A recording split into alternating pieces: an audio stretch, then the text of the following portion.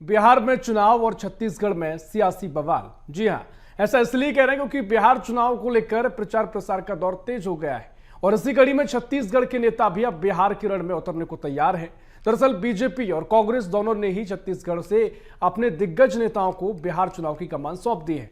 बिहार चुनाव का मैदान भले ही सैकड़ों किलोमीटर दूर हो, लेकिन उसकी सियासी गूंज अब छत्तीसगढ़ में भी सुनाई दे रही है, जिसे लेकर पक्ष विपक्ष में भी सियासी घमासान शुरू हुआ है। वार पलटवार है और तैयारियां है पूरे सियासी रण में सजने की। इसी पर चर्चा करेंगे कि मेहमान भी हमारे साथ जुड़ेंगे, महत्वपूर्ण चर्चा होगी। पहले देख लेते हैं यह खास रिपोर्ट।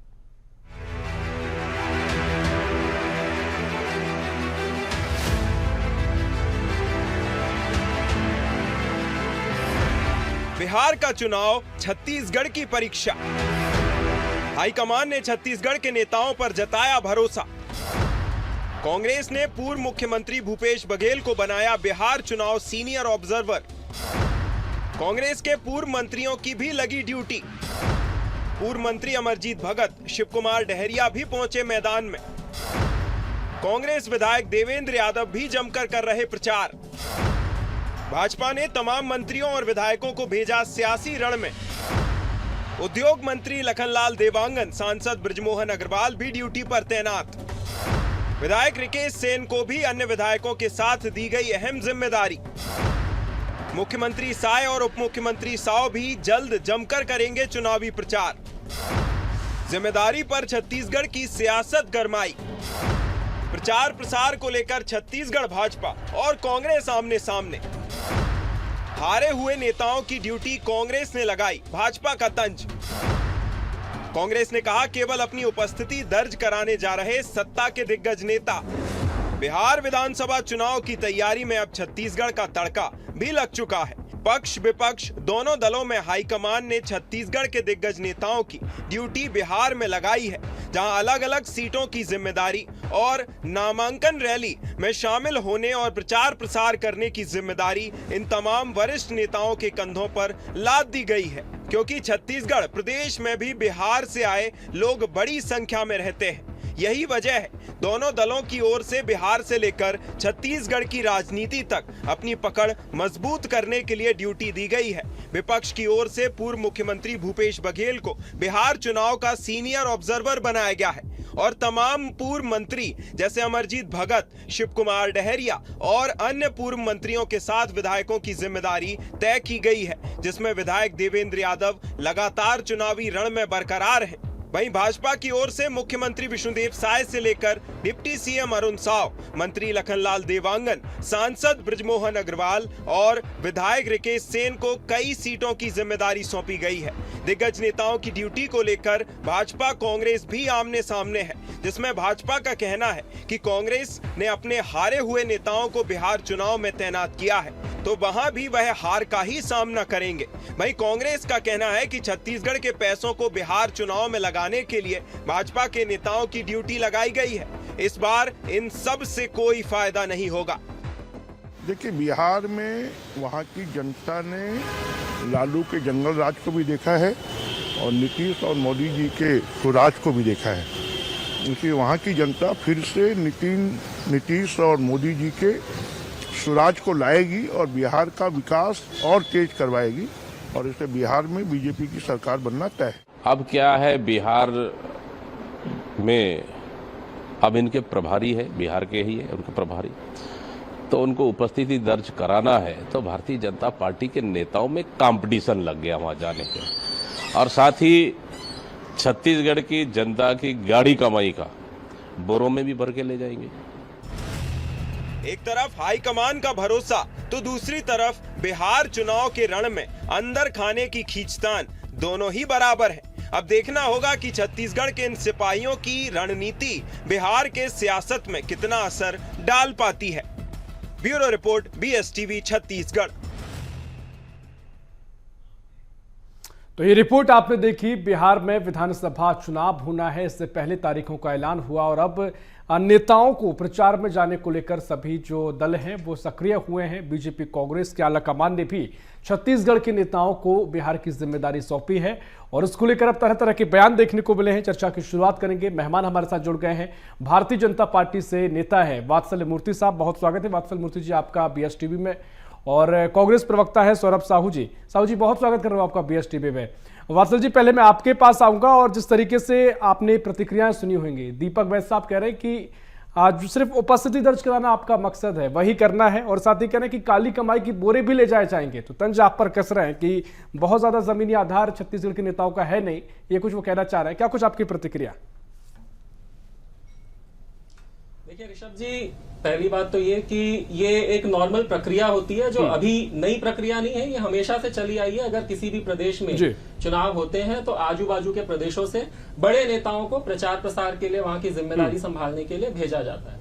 मगर जब बात बिहार की हो तो आपने देखा होगा पिछले 25 सालों में भारतीय जनता पार्टी के राज में जितना भी विकास हुआ है उसमें जो बिहारी है उनकी जो संख्या है, इसका कोई आधिकारिक डेटा तो नहीं मगर अप्रत्याशित रूप से छत्तीसगढ़ में बढ़ी है, जो कि एक बड़ा कारण है कि कांग्रेस भी अपने बड़े नेताओं को और भारतीय जनता पार्टी भी अपने बड़े नेताओं को बिहार में भेज रही है।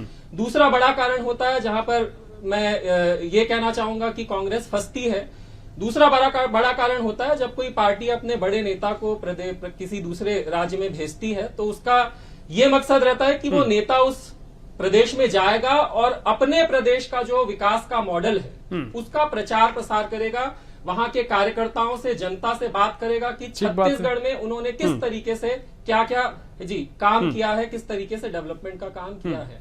अब जब आप बात भारतीय जनता पार्टी की करें तो हमारे पास तो लिस्ट बहुत लंबी है।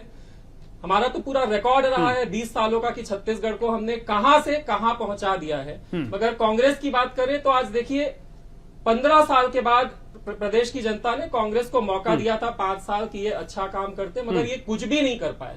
खुद राहुल गांधी जी, सचिन पायलट जी आज छत्तीसगढ़ में कांग्रेस के पिछले 5 साल के कार्यकाल के डेवलपमेंट का कोई जिक्र नहीं करते, कोई बात नहीं करते। तो भूपेश बघेल जी बिहार जाकर क्या बताएंगे छत्तीसगढ़ मॉडल, डहरिया जी बिहार जाकर क्या छत्तीसगढ़ मॉडल बताएंगे, कुछ भी नहीं है उनके पास। तो कांग्रेस का ये कहना कि ये तो सिर्फ दिखावे के लिए जा रहे हैं भारतीय जनता पार्टी, भाई भारतीय जनता पार्टी के पास ये तो छत्तीसगढ़ के नेताओं की बात हो गई, लेकिन ठीक है क्योंकि बिहार की समीकरण अलग है। क्या आपको बिहार में बीजेपी के लिए या फिर एनडीए के लिए कांग्रेस कहीं चुनौती है? बिल्कुल भी नहीं ऋषभ जी, कोई चुनौती नहीं है। देखिए बिहार में हमारा जो गठबंधन है, आप देखेंगे हमारा जो सीट बंटवारा है आज की तारीख में, अभी का समय बताऊं तो बगैर किसी विरोध के पूरा जो सीट का विभाजन है वो बहुत प्यार से, बहुत अच्छे तरीके से हो गया है। मगर कांग्रेस और जो इनका इंडी गठबंधन है वो आज भी लड़ रहे हैं वहां पर सीटों के लिए। तो यहीं से पता चलता है उनके पास बिहार में सिर्फ और सिर्फ SIR का एक मॉडल है, उसी पर वो चुनाव लड़ रहे हैं। डेवलपमेंट का मॉडल भारतीय जनता पार्टी और एनडीए का है, हम डेवलपमेंट में चुनाव लड़। ठीक है सौरभ जी, मैं आपके पास आऊंगा। बहुत महत्वपूर्ण बात, बहुत सहज तरीके से वात्सल जी ने अपनी बातें रखी। और अब बिहार में तो कोई कंपटीशन कांग्रेस को लेकर तो नजर नहीं आता है ना। पुराना रिकॉर्ड अभी देखें कि पिछले चुनाव का रिकॉर्ड देख ले तो उससे बहुत बड़ी चुनौती कांग्रेस बने, ऐसा भी दिखाई नहीं देता है। वहीं आपसी तालमेल की बात हो, संगठन की बात हो, वो भी बहुत ज्यादा ऐसा उदाहरण पेश कांग्रेस ने नहीं किया है। कम से कम उसके बलबूते कहा जाए कि यहां पर कांग्रेस कुछ बड़ा कर सकती है। और छत्तीसगढ़ के नेताओं को लेकर बीजेपी कह रही है कि हारे हुए नेताओं को भेजा जा रहा है, तो क्या इनका यहां जनाधार नहीं है तो वहां पर वो क्या कर लेंगे? देखिए ऋषभ जी, सबसे महत्वपूर्ण बात तो ये है कि एक अच्छी बात वात्सल्य जी ने यहाँ पर कही कि उपलब्धि गिनाते हैं। जब भी कोई नेता दूसरे राज्य में जाते हैं और वहां के जनता से संवाद करते हैं तो अपनी उपलब्धियां गिनाते हैं। मैं तो वात्सल्य जी को ये पूछना चाहूंगा कि पिछले 2 साल की इनकी उपलब्धियां क्या रही। अरुण साव जी का डिपार्टमेंट खुद कहता है कि आधा किलोमीटर सड़क नहीं बना पाए 2 सालों में।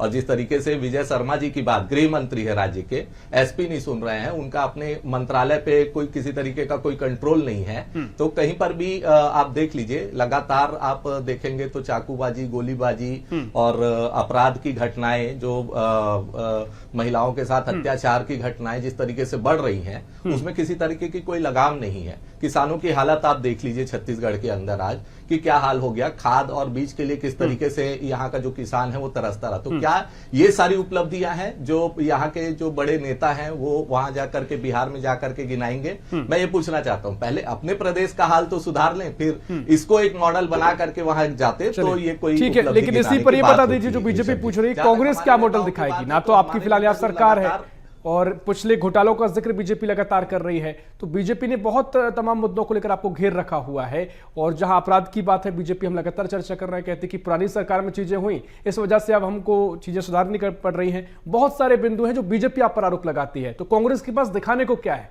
बिहार विधानसभा चुनाव में? देखिए, बीजेपी ये जो आरोप लगा रही है, अभी तो वो 2 साल से सरकार में है। हम तो कहते हैं कि जो आरोप लगा रहे हैं, अब उनका काम तो आरोप लगाने का नहीं है, अब तो वो जांच करके सिद्ध करे ना। अब तो वो सरकार में बैठे हुए हैं। आप हमारे समय का जो एनसीआरबी का भी, अगर अपराध के नियंत्रण की बात कर लीजिए, नक्सली हिंसा की बात कर लीजिए, हर तरफ अगर आप देखेंगे एनसीआरबी का और लगातार जो आधिकारिक डाटा है वो अगर आप उठा करके देखेंगे तो कहीं ना कहीं हमारे समय में जो अपराध है वो नियंत्रण में थे। और अभी आप आम जनता का भी माहौल देखिए ऋषभ जी, छत्तीसगढ़ के अंदर, आप रायपुर राजधानी के अंदर आज सुरक्षित महसूस नहीं कर रहा है एक आम इंसान। तो एक माहौल देख करके भी समझ आता है कि किस तरीके का अभी वातावरण बना हुआ है प्रदेश में। लेकिन सौरभ जी ठीक है, अपराध को यही बात है ना, ये नजरिया आपका है, विपक्ष ने नजरिया दे दिया है, लेकिन बीजेपी अपनी उपलब्धियों पर बात करती है। यहां पर बीजेपी का मानना होता है कुछ अगर मामले हैं तो अभी जैसे कि कॉन्फ्रेंस का आयोजन किया गया कलेक्टर एसपी कॉन्फ्रेंस का, पिछले 2 साल की उपलब्धि यहाँ पर प्रवक्ता बैठे हुए हैं, मुझे तो पिछले 2 साल की उपलब्धि ये गिना दे, और जिसको ये बिहार जाकर के गिनाने वाले हैं कि मैं तो वही कह रहा हूं कि किस तरीके की इनकी उपलब्धि है। खुद इनका जो उप मुख्यमंत्री का डिपार्टमेंट है पीडब्ल्यूडी, वो आधा किलोमीटर सड़क नहीं बना पाया है। ठीक है, बात आरटीआई की सूचना कोई ऐसी उपलब्धि हो जो कांग्रेस को समझ आ जाए, कांग्रेस को ये बता सके कि ये आपकी उपलब्धि है 2 सालों में, कांग्रेस को समझ नहीं आ रहा है, कोई उपलब्धि भी आपकी 2 सालों में देखने को मिली या नहीं मिली जो आप बिहार में बताएंगे? ऋषभ जी, जब भारतीय जनता पार्टी का नेता जाकर बिहार की जनता को बोलेगा कि छत्तीसगढ़ का मॉडल ये है कि आज छत्तीसगढ़ में वर्ल्ड क्लास के सभी इंस्टीट्यूशंस हैं, चाहे वो आईआईएम हो, एम्स हो, ट्रिपल आईटी हो, हिदायतुल्लाह नेशनल लॉ यूनिवर्सिटी हो, एनआईटी हो, इंटरनेशनल एयरपोर्ट हो, भाई जो गिनती है वो 100 से ज्यादा निकल जाएगी। हमारे पास बताने के लिए इतना कुछ है। आज आप छत्तीसगढ़ से ओडिशा जाना चाहते हैं, छत्तीसगढ़ से झारखंड जाना चाहते हैं, महाराष्ट्र जाना चाहते हैं, 3.5 से 4 घंटे लगते हैं, पता ही नहीं चलता है। रोड जो है वो इतनी स्मूथ है। मैं रायपुर में रहता हूं ऋषभ जी, रायपुर में फ्लाईओवर्स का, एक्सप्रेस हाईवेज का जाल बन चुका है। आज रायपुर में एक कोने से दूसरे कोने जाना है, बिल्कुल भी समय नहीं लगता है। तो छत्तीसगढ़ के पास 60 साल का जो कैंसर था, छत्तीसगढ़ जो नक्सलवाद से पीड़ित था, मेरे भाई साहब पूछ रहे थे 2 सालों में क्या हुआ। 2 साल भी नहीं, 20 महीने में अप्रत्याशित डेवलपमेंट हुआ है नक्सलवाद के क्षेत्र में। हमने तो एडवांस में डेट डिक्लेयर कर दिया 31 मार्च 2026। महतारी वंदन योजना जिसे अदर स्टेट्स कॉपी कर रहे हैं, 3100 रुपए प्रति क्विंटल पूरे देश में। जो किसानों की बात कर रहे थे ना, किसानों का हाल खस्ता हाल है, 3100 रुपए पूरे देश में कोई प्रदेश नहीं दे रहा है जो छत्तीसगढ़ दे रहा है। तो ये मॉडल है भाई साहब, आप क्या बात कर रहे हैं? कितना बड़ा दोगलापन है ऋषभ जी की देश में कोई नहीं दे रहा और देश में इन्हीं की सरकार है। देश में कोई प्रदेश नहीं दे रहा है, ये खुद कह रहे हैं भाजपा के मेरे साथी प्रवक्ता, और इन्हीं की सरकार है, सौरभ जी क्यों नहीं दे पा रहे हैं, बता दिया। सौरभ जी मुझसे पूछ रहे थे छत्तीसगढ़ में 2 साल देश में, मैं सिर्फ छत्तीसगढ़ की बात जब 3000 का वादा किया तब इन्होंने मजबूरी में अपने मैनिफेस्टो में 3100 का वादा करके ये वादा करके बात करूंगा। छत्तीसगढ़ का ही बात करना चाहिए मेरे साथी। ना वो आपकी सुन पाएंगे ना मेरी सुन पाएंगे। ठीक है, आपके ठीक है, एक एक करके जाते हैं। विष्णुदेव साय जी किसानों के लिए जो कर रहे हैं वो पूरे भारत में और कोई नहीं कर रहा है। ये हमारा मॉडल है, ये हम बिहार जाकर बताएंगे। हाँ ठीक है, आप सौरभ जी आप रखिएगा जी। देखिए ऋषभ जी, सबसे वही बात मैं दोहराऊंगा कि वासेली जी ये कह रहे हैं कि छत्तीसगढ़ के अंदर सबसे ज्यादा धान का मूल्य ये दे रहे हैं। तो मैं तो कहता हूं कि केंद्र में 2014 से इनकी सरकार है, क्यों नहीं दे रहे हैं? क्या बाकी प्रदेश की जनता नहीं है और उनके लिए इनके पास में समान भाव नहीं है क्या?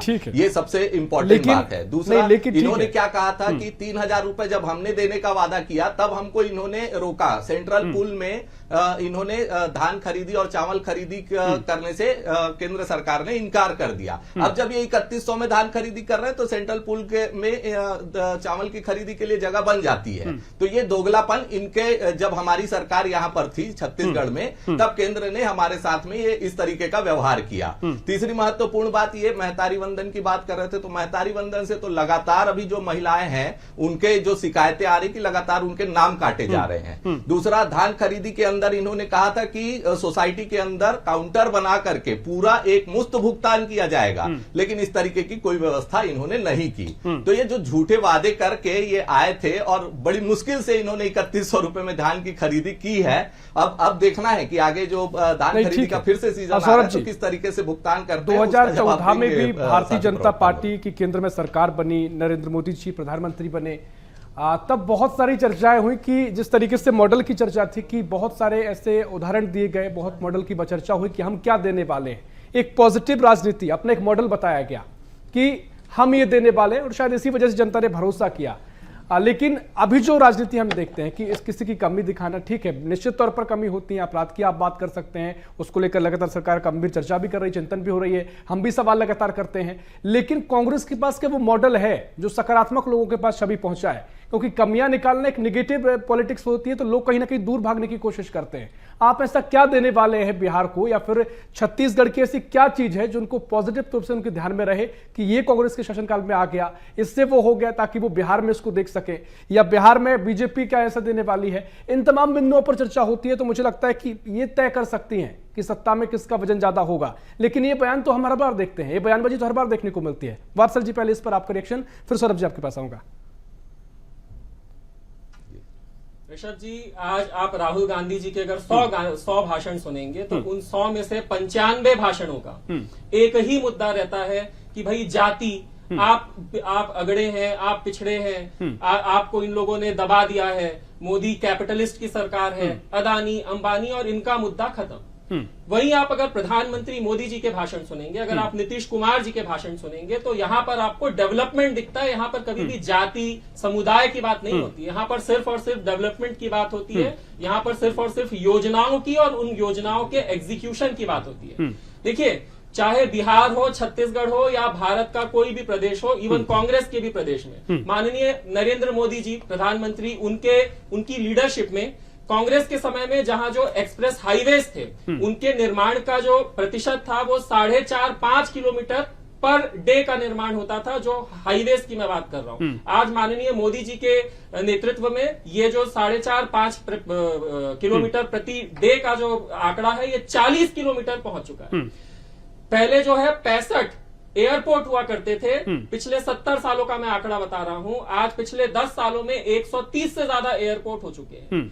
एम्स, पहले एक या दो, एक एम्स कांग्रेस ने खुलवाया, दूसरा एम्स जो है माननीय अटल बिहारी वाजपेयी, उसके बाद के जितने भी एम्स हैं, IIMs हैं, ये सारे जो है, तो हमारे पास तो देखिए लिस्ट लंबी है। हम जात पात में, गरीबी, इसमें नहीं जाते हैं जिसमें कांग्रेस के पास सुप्रीम कोर्ट सौरभ जी, ये आंकड़ा बीजेपी दे रही है, अभी आंकड़ा दे रही है तो धरातल पर चीजें बताई जा रही हैं। अब ये ही अगर बिहार में होती हैं तो ये आंकड़े के जरिए बात होगी तो लोग थोड़ा बहुत समझेंगे, क्योंकि आरोप आप लगाते हैं, ये बिल्कुल नहीं है कि ऐसी गलतियां नहीं होती हैं, कमियां नहीं रहती हैं, स्वाभाविक कमियां होती हैं, तो कमियां तो हर जगह रहेंगी, वो एक अलग एक मंच हो सकता है। लेकिन क्या देने वाले हैं आप बिहार को, क्योंकि जो आंकड़े वो बता रहे हैं कि हमारे पास ये कहने को है।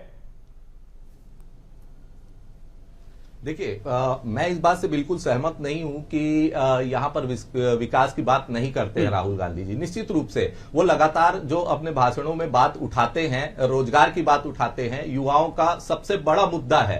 और भारत आज अगर वर्ल्ड वाइड भी आप देखेंगे तो सबसे युवा देश है, तो युवाओं के रोजगार की अगर वो बात कर रहे हैं तो ये सबसे महत्वपूर्ण मुद्दा है ऋषभ जी, मुझे ऐसा लगता है। और जिस तरीके से वात्सल जी कह रहे थे कि लगातार जो ये डेवलपमेंट की बात कर रहे थे, तो मैं तो बिहार से संबंधित डाटा के बारे में इनसे पूछना चाहता हूं कि अभी सीएजी की जो रिपोर्ट में खुलासा हुआ 74,000 करोड़ बिहार के सरकार की बुक से गायब हो जाते हैं, तो वो कहां चले गए? तो सिर्फ बात कर देने से नहीं होता है कि हम ये करेंगे। आपने 2014 का भी जिक्र किया ऋषभ जी, तो उस समय तो 2 करोड़ रोजगार की भी बात हुई थी, काले धन की बात हुई थी, भ्रष्टाचार की बात हुई थी, किसानों की आय दोगुनी करने की बात हुई थी, लगातार इस तरीके की बात हुई थी। तो कमियां जो होती है वो कुछ प्रतिशत होती है, यहां तो कुछ भी काम नहीं हुआ।